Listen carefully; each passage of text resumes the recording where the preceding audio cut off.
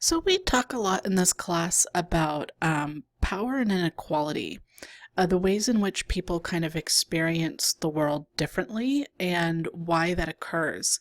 And so the thing with power is that it's often a term that we kind of take for granted.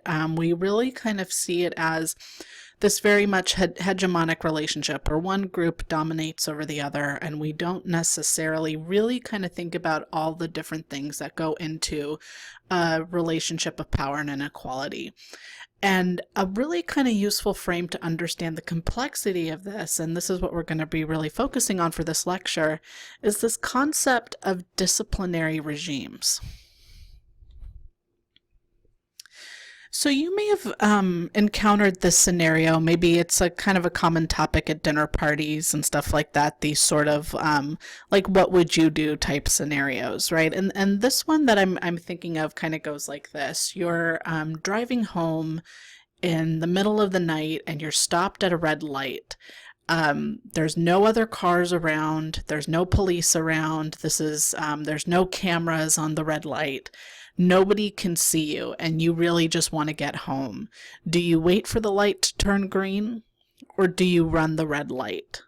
And if you ever have heard this question posed to like a group of people, a lot of people kind of have to stop and think about what they would do. Would I run the red light? Would I just wait for it to turn green? Why would I do that? Right? And so there's this kind of question of, would you knowingly, consciously break a law kind of for your convenience, right? And if not, what prevents you from doing that? And why I like to kind of start off with this scenario is it kind of raises this question about people's relationship to the state and to state laws. And this idea that the way that power and inequality work, or even just the ways that laws work, is by getting people to monitor themselves. And so this is very closely related to a term that you came across in the first week of this course when you learned about intercultural praxis. And you read that Praxis What You Breach article by Gordon Nakagawa, where he applied the ports of entry into intercultural praxis to his own experience. And in his framing section, he cited Audre Lorde and talked about this thing called mythical norms. And I want to just break that down again. I want to break that term down again because it's going to be really important for this lecture. So mythical norms, he kind of gave some examples of that, right? That there were, the mythical norm in the US was to be white and male and thin and financially secure, right? That there's these kind of particular social categories that we see as normal, and everything else is other. It exists outside of that. And Gordon Nakagawa himself was other in all of these different ways. So mythical norms kind of has two components. So when he's talking, the mythical part of mythical norms refers basically to social constructions, right?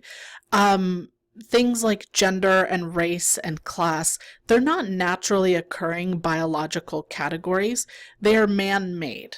And so the mythical of mythical norms is trying to kind of call attention to that.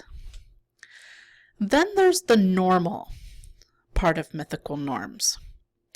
And what he means by normal, and what Audre Lorde meant by normal, is not that necessarily that these social categories are the majority or what most people are, but it's that normal itself is also a construct, and it's a construct based on hegemony.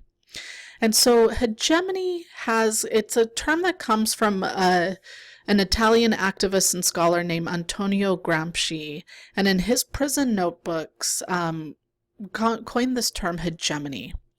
And it basically means two things. One, it's a system of dominance in which one group dominates over another group. Right? So men dominate over women, or white dominate over people of color, or the rich dominate over the poor. Right? So that there's this unequal balance of power. But there's a really important second part to this, is that how hegemony functions is that it becomes normalized. It's not necessarily accomplished through physical force, but that it's maintained because we come to see it as just the way things are. We come to see it as normal. And that's how that dominance is really sustained. So it gets to a point that we don't even really question it. Some of you may have had the experience of driving home on your commute and you realize that you've completely spaced out for your entire commute, but somehow you've managed to stop at every red light, stop at every stop sign, you've obeyed every traffic law between your starting point and your end point. That's normalization. It comes so naturally that you don't even think about it anymore. And that's what we meant by mythical norms. And it's this process of normalization that is really central to this concept of this lecture, which is disciplinary regimes. And so before I get into disciplinary regimes specifically, I want to take just a moment to give kind of more solid definitions of power and inequality. So by power, I mean dominance of one group over another, and in the sense that one social group realizes its interests at the expense of other social groups. Okay. So things like race and gender and class and sexuality, right? There are these certain groups within that who benefit at the expense of other groups. And by inequality, I mean stratification. And stratification comes from sociology, and it's this concept of ranking social groups hierarchically. So giving some social groups more and essentially power over the other groups. And in related to that, gives them more privileges over those other groups. So basically, the system of power is a hierarchy in which a few hold kind of most privilege at the top at the expense of a majority who are at the bottom. And what you'll see the real kind of source of disagreement among scholars about the power of inequality and power and inequality, because most will kind of agree with this general definition, but where the source of disagreement will come is this idea of structure versus agency. So how much does the structure of that hierarchy matter, and what role does the individual play in that, or does the individual play any role in that at all?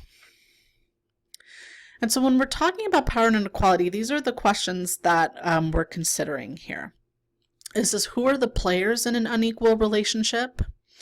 And that would be things like the state, so government bureaucracies, executive, legislative, judicial branches, civil society, so those things outside the state but still kind of structure our lives, so such as churches and schools and media. But then there's also the person, the people who interact with these systems all the time. And there's also that question of how exactly does power work? So this comes from, disciplinary regimes comes from a French philosopher and political scientist, and also a post-structuralist thinker named Michel Foucault. Post-structuralism is a very complicated concept, and I'll provide some supplemental material and handouts and stuff on Canvas for you to kind of explore this more. But these are really the basic kind of nutshells of Michel Foucault's theory. One is, as a post-structuralist, he believes that the self is a social construct, that there isn't really such thing as an individual in the sense of that there's this universal kind of humanity or human nature. That we don't choose to enter modern society, but we're controlled by it. And that capitalism and really and the isms that stem from it, such as racism and heterosexism, are hegemonic systems that operate through what he calls the discipline of bodies. And so these systems are incoherent. They're messy and contradictory, and basically resist the idea of a universal truth. There is no one absolute truth. And so what post-structuralists like Foucault really kind of argue is that there are those who benefit from capitalism and its isms, and they hold kind of the most systemic power. And so that power, though, is not typically maintained through physical force, although that does happen, like a government enlisting its military on its people. But really how power is maintained is through the development of disciplinary regimes. And is that people will monitor themselves and each other. They will normalize that power. And when that happens, it's called docile bodies. And so he gave this analysis in his book, Discipline and Punish, in 1975 of the panopticon, because he felt like the panopticon was kind of this microcosm of how power works. And so what a panopticon, and it's this photo on the right, it gives, it was used, and it still is a common structure within a prison, and it basically provides a 360-degree view of the prison grounds. And so that there's, when we're talking about the prison and the panopticon, there's these different relationships that different people and entities can have to the panopticon. There's the state that owns the prison and so therefore expects the prison to run in a particular way. There's the prison itself. There's the prison guard, who's the person sitting inside the panopticon monitoring all the prisoners. And then there's the prisoner. And why Foucault argued that this is a microcosm of how power works is that the panopticon operates in a very particular way, and it's why it's an example of a disciplinary regime. It's not just that there's a prison guard inside the panopticon monitoring all the prisoners, but it's that because the prisoner knows that he's under surveillance, and he knows that he's constantly being watched and that the prison guard can see him from all different angles, the prisoner will start surveillancing himself. He will start monitoring himself, and the prisoners might also start monitoring each other and keeping each other in line. And that is when you have a disciplinary regime. It's not just the people with the power coming in and just kind of controlling everything, but that the people being controlled start contributing to that and start controlling themselves and start controlling the people around them to kind of help maintain that power dynamic. And so kind of what I want to end with this concept of disciplinary regimes is that power and inequality, we've talked about this throughout the quarter, is that they're structural and that social groups are stratified within interconnected institutions. And so when we're talking about power and inequality, though, what disciplinary regimes reminds us is that power is maintained by the state and state apparatuses, so government, courts, police, armed forces, things like that, and things like civil societies, which establish the social norms and expectations and rules, judgment, so things like our churches, our schools, our media. But that is also not just the dominant groups, but the dominated groups that contribute to the maintenance of power and inequality as well. And it's through these disciplinary regimes, through these systems of self-monitoring and of monitoring of people of your same social group. And so the state, the civil society, and the dominated groups are not isolated from each other.